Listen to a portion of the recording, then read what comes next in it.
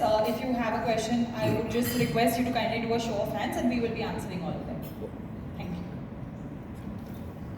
Good afternoon.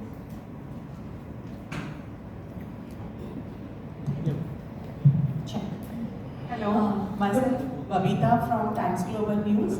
My question is, India is one of Malaysia's important growth market. What are your expectations from Indian market for 2026?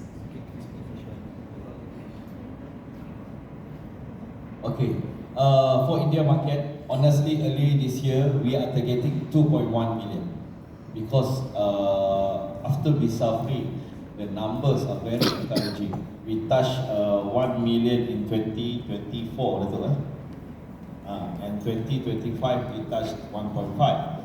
So I give challenge to my officers and also my good friend both to target for visit Malaysia year 2026, the end we must target 2.1 million. And suddenly the war hit.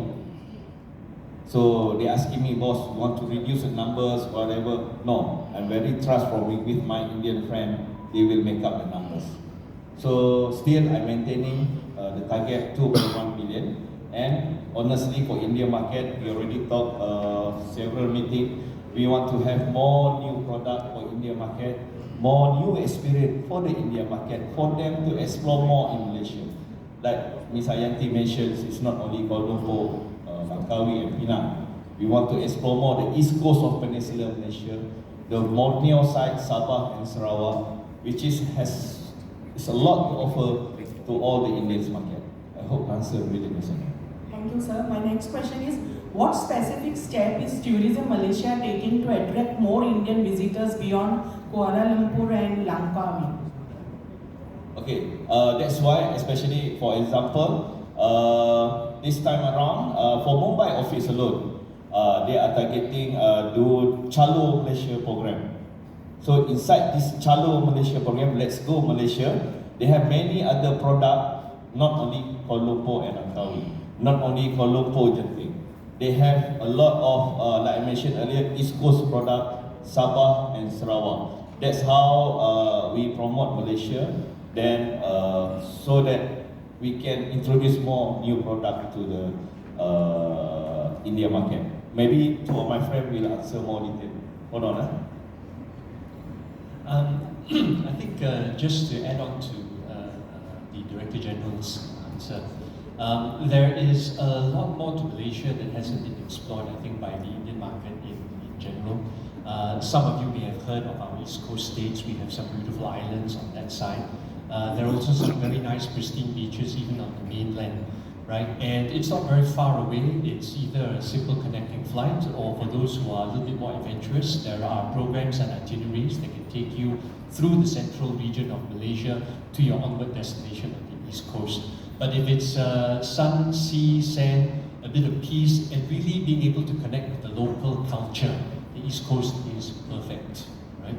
Then of course you also have the east side of Malaysia, so you've got Sabah and Sarawak.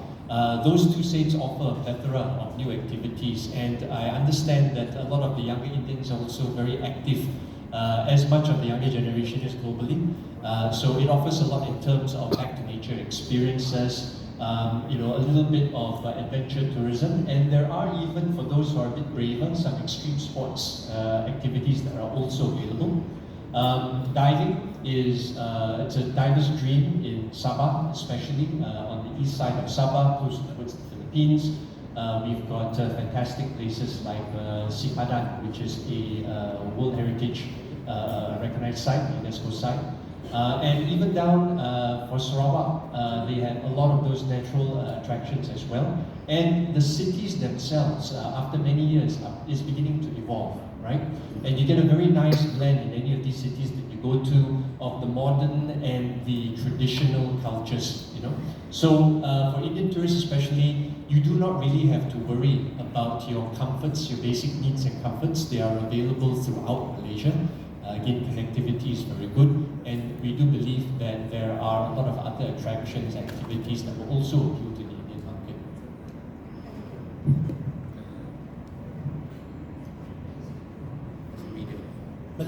Product in Malaysia for Indian tourists is very appealing. There are lots available. I think that we give it some example. The focus very much into KL, then Gandhi Highlands, which is the hill station. Then they have to take another flight to go to Penang or Langkawi. After Langkawi had a direct flight from Bangalore, the numbers increase much further. So connectivity plays a very important role. Then Chennai Penang came in direct flight. Just about 10 days ago, we had a group direct from Chennai, 120 people Nippon Pay, inside the group, only Penang. They didn't even go to KL or anywhere else. Came to Penang and went back to Penang. So there is requirements are there, but just because of connectivity, the moment they go to KL, touchdown, they say, okay, we already in KL, might as well as KL. That's what I feel as an operator. We've been doing 28 years Indian market. But what product we have in terms of food, in terms of culture, in terms of transportation, value for money destination, value for money hotels, which is available across the country. Sabah Sarawak is one where the whole industry we are trying to promote to the Indian market. Tourism Malaysia also, every now and then they will see me, they will tell me the same thing, must do something Sabah Sarawak. We also do fan tours for travel agent to familiarize with other destinations. I think early this year we did 40 agents from Kerala. They went to Kodakinamal for 2 days, then come to KL and came back, which they say is wonderful to visit. But connectivity become 2.5 hours from Kuala Lumpur. Well, a little bit negative. I think this is something which we are talking, whether any airline can operate into Kodakinamal directly, which will speed up the promotion there.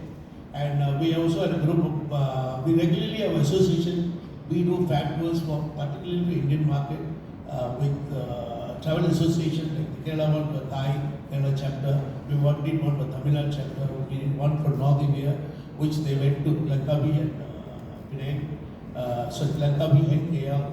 And there's one we did just about a month ago with Sligo Tourism, which the Sligo state is where Kuala Lumpur surrounding state is Sligo, the airport is in Sligo. So together with Tourism Malaysia, the state tourism body and the travel association, we normally create this kind of fan tours in order for them to get more opportunity to promote other part of Malaysia. But at the moment, still, yes, I agree, 70% is only in KL side. Slowly it's going, but I'm very confident, surely. Good afternoon, everyone. This is Kohilika from T3 Magazine. Malaysia is not any new destination for Indian travelers and of course the globe. So I wanted to ask, since your H1 international arrival numbers have been quite promising and you are, spearheading the international tourism arrivals in terms of the Southeast Asian region. And recently, ASEAN and China bilateral conversations has also happened in Malaysia. So how do you see, the growth numbers picking up for the next term? And also what sort of specific India and Malaysia bilateral ties are looking towards, the upcoming year, and any specific strategies, because you have signed an MOU with China as well in terms of, having more two-way connections. So what's there for India? And of course for the growth numbers, what factors do you credit to? What are you doing right in comparison to the other destinations in the Southeast Asia region that the arrival numbers are quite promising? Thank you so much. Yes, to answer your questions, especially for the bilateral ties between India and Malaysia, I think our Prime Minister will visit India soon. So a lot of MOU we will sign, and one of it is tourism. One of it is tourism. And number two, they will visit 3 cities. Our Prime Minister will visit 3 cities. And I'm very sure between India and Malaysia, there will a lot of MOU and also a lot of collaboration they will do. And besides that, also Tourism Malaysia itself, in order to make it the connectivity to connect India and Malaysia. So we already talked a lot with the Indigo Air, for example, to have more connectivity other destination than the main one. For example, maybe from other city in India coming to different city in Penang or Langkawi, or maybe Kota Kinabalu, like what Dato' Arun mentioned, because the demand is there, but now there are no connectivity. Okay, what will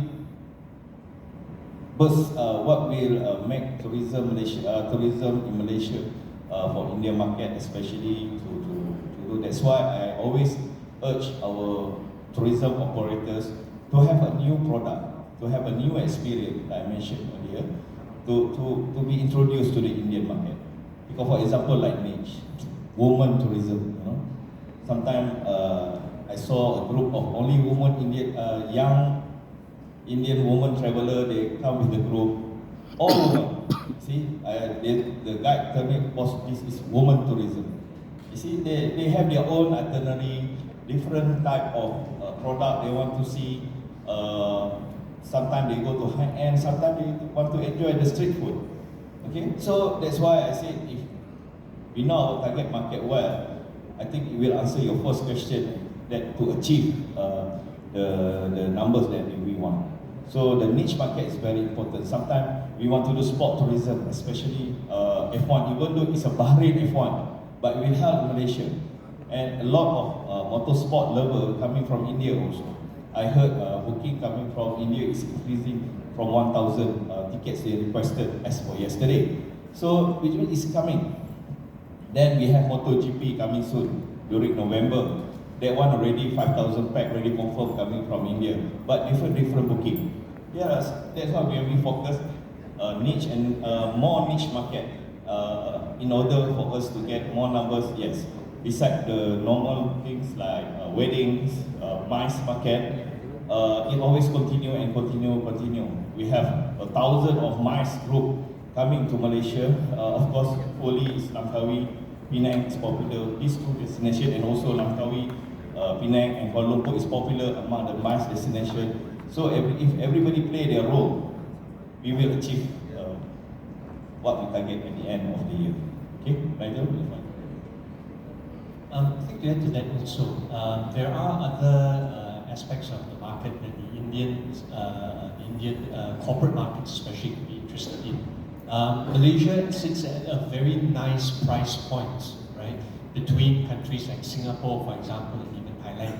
So in terms of connectivity, yes, we do have good connectivity. We could do with more, of course. But what we would like to look at is to encourage, especially the corporate sector of India, to consider Malaysia as a venue for their meetings. Now, this is actually one of the new popular trends worldwide, where meetings are held in small groups, normally the C-suites and above, or management level corporate groups who need a place to go to, sit down, do a bit of powwow, strategize, reorganize, and do it in a place where all the modern facilities are available, suitable for the corporate customer, yet at a rate that is highly affordable, right? Even for companies, regardless of size. So that is going to be one future market that we think should be developed in India.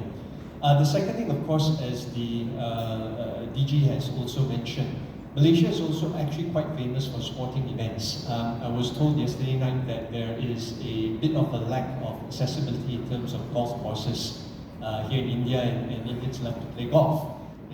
So Malaysia, for example, is one of those destinations. There are plenty of golf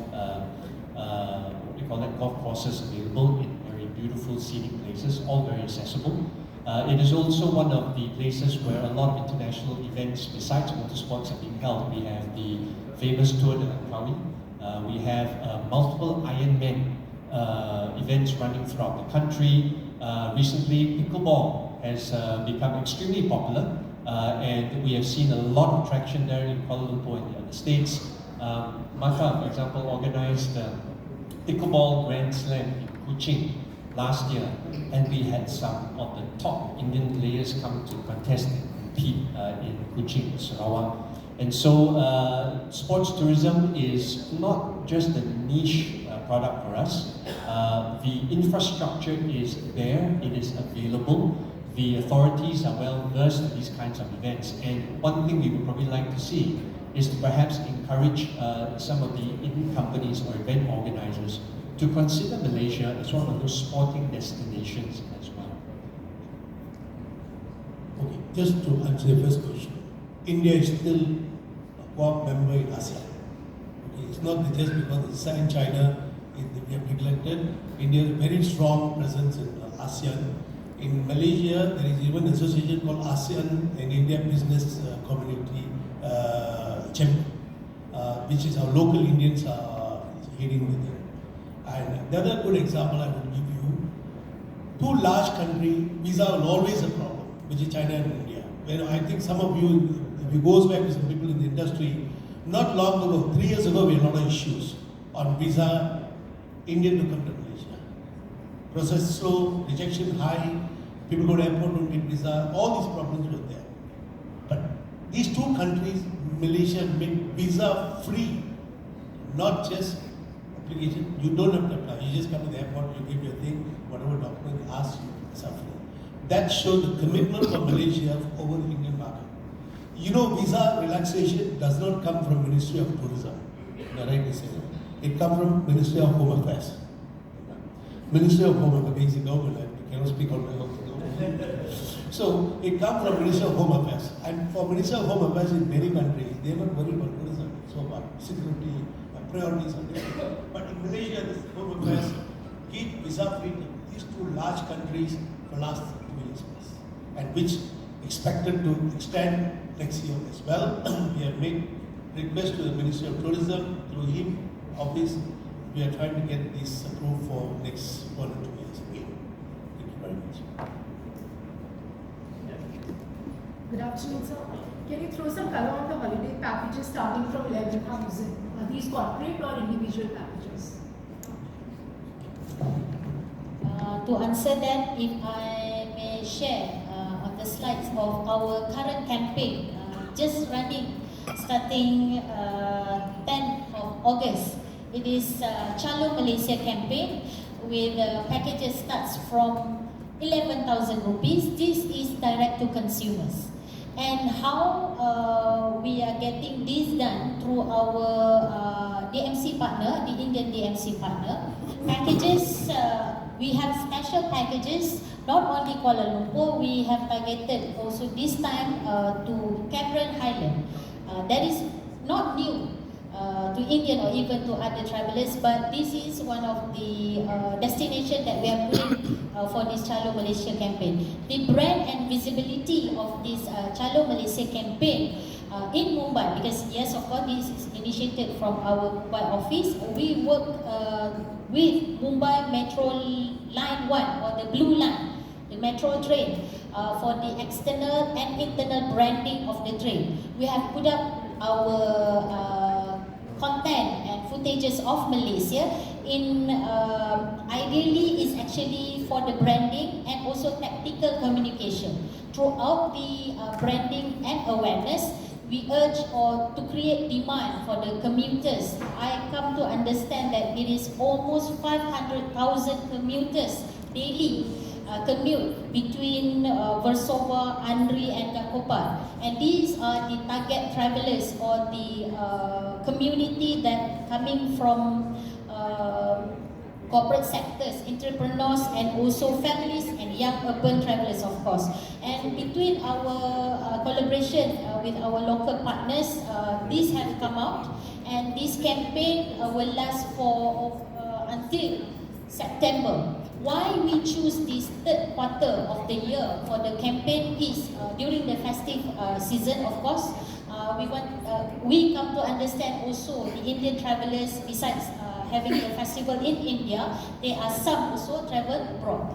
And due to the awareness of our Visit Malaysia campaign 2026-2027, we take this opportunity as branding awareness. And this is our first time in India to do this branding using this train. You have seen Malaysia, for example, in London, we have run our London taxi, London bus.